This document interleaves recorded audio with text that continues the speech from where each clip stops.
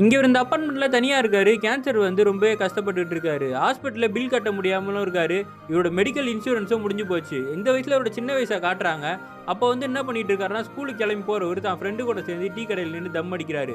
ஒரு நாளைக்கு 5லேருந்து 10 தம் அடிச்சுக்கிட்டு இருந்தவரு, அந்த பக்கமா போகும்போது ஒரு சின்ன பையன் பேப்பர் பொறுக்கிட்டு இருக்கிறத பார்க்குறாரு. அந்த பையன்கிட்ட நீ ஸ்கூலுக்கு போலையான்னு கேட்டா, எனக்கு ஸ்கூல் ஃபீஸ் கட்ட காசு இல்லன்னு சொல்றான். உனக்கு ஸ்கூல் ஃபீஸ் கட்ட காசு எவ்வளோன்னு கேட்குறாரு. ரூ. 500 ஆகும்ன்னு சொல்லும்போது, நான் தினமும் தம் அடிக்கிறேன். அதுக்கு ரூ. 100 ஆகுது. நான் அதுலேருந்து உனக்கு ரூ. 50 எடுத்து எடுத்து குடுத்துக்கிட்டே இருக்கேன். அத 10 நாள் சேர்த்து வச்சு நீ கவர்மெண்ட் ஸ்கூல்ல போய் ஜாயின் பண்ணிக்கோன்ன உடனே, அந்த பையனும் சந்தோஷப்படுறான். அன்னைக்கு ரூ. 50 எடுத்து குடுக்குறாரு.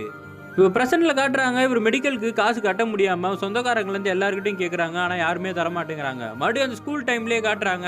இவரு தம் அடிக்க போம்போது, இப்ப தம் அடிக்க மாட்டேன்னு நிக்கிறாரு. ஃப்ரெண்டு தான் வற்புறுத்தி குடுக்குறான். "நீ அந்த பையனுக்கு குடுத்தேன்றதுக்காக தம் அடிக்கிறத நிறுத்திருவியாடா? எனக்கெல்லாம் யார் செலவு பண்றதுன்னு" சொல்லி வற்புறுத்தி பண்ண வைக்கிறாரு.